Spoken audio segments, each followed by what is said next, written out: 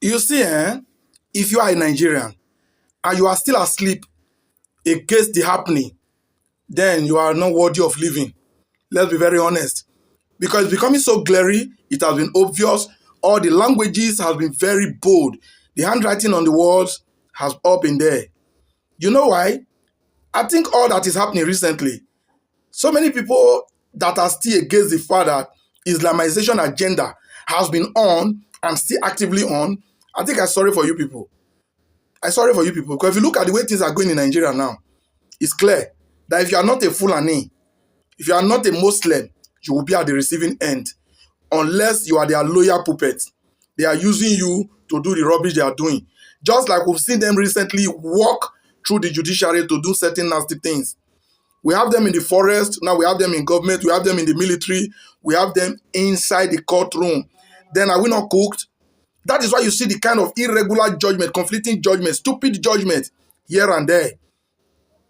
Before I even continue, I want somebody with sense to explain to me why these two people have two different sentences. Who deserve more harsh sentence among these two? The guy here is Sunday Jackson. We all know the story. The Adamawa farmer who killed a terrorist, a Fulani terrorist in his farm. A terrorist that came to attack him, and in self-defense, he overpowered the terrorist and he killed him. That's the guy here.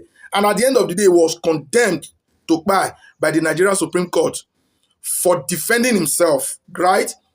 And this is another guy of a Fulani extraction. Ismani, I think it's Slimani or Ismani, I don't know. Can't remember the name exactly. He admitted being the leader, one of the leaders of ISWAP group that have taken so much life. How come this guy was convicted for just 20 years imprisonment? 20 years. And this guy got to death. Somebody should be explaining this. Let assuming Sunday Jackson was even a terrorist and he killed just one person.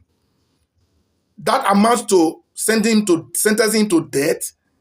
And meanwhile, this guy admitted being a terrorist and to have taken so many lives and is allowed to walk free after 20 years, even though we know he's not even going to serve that 20 years. So somebody should be able to explain why this madness, because this is madness, not a judicial system, not court judgment. You get the point? And I strongly believe, and nobody can convince me otherwise, that this guy being a Fulani is not the reason why he's gotten a very soft conviction. But this guy might be of a Northern, because they are both Northerners, right? But this guy might be of a Northerner, but he's a Christian. He's not a Muslim, right? So at the language, is the handwriting not visible? And you are not saying it? Or you are in support of this injustice? All that will speak against injustice. Your tribe, your religion is not even my problem. But if what is happening to Chukudi in the southeast is wrong, if same thing happens to Mohammed in North Central, we should also condemn it. That is what I represent. But in this case, religious cleansing, Islamization, what did they call it? Well, this, you know, the Muslims, they have agenda, right? Taking over the world. Is on. They are executing it by all means. If you are not a Muslim, if you are not a Fulani, you are a victim of these people's agenda. If you stand in their way, if you are against them, you are a victim.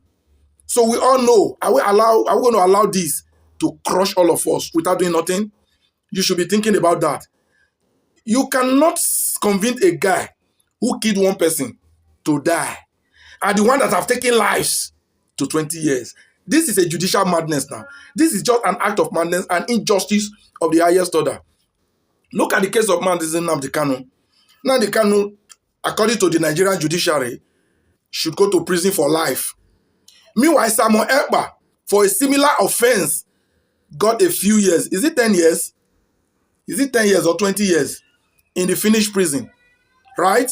I know somebody is going to tell me the constitution are not the same. But the last time I checked, I don't even know if Nigeria have a constitution. A constitution that does not make sense, that does not have sense, that hate crime. Before you don't even bring the constitution in, because the Fulanis are in charge here. That is the basic fact. Kanu and if Samuel Ekpa was convicted in Nigeria, perhaps they would have given him a life sentence as well. That is it. Isn't that mad? For somebody or for a person who had never been directly involved in taking of one life, you can say they instigated the people. It's not the same as directly taking one life or taking lives. Why the man who have directly taken lives is getting a very soft landing? and you can't see the handwriting on the wall. And as for you, moron, that will come to my comment section to come and type rubbish, you are welcome. We should not be scared to speak the truth at this point. Because in any case, we are all dying anyway. Rubbish.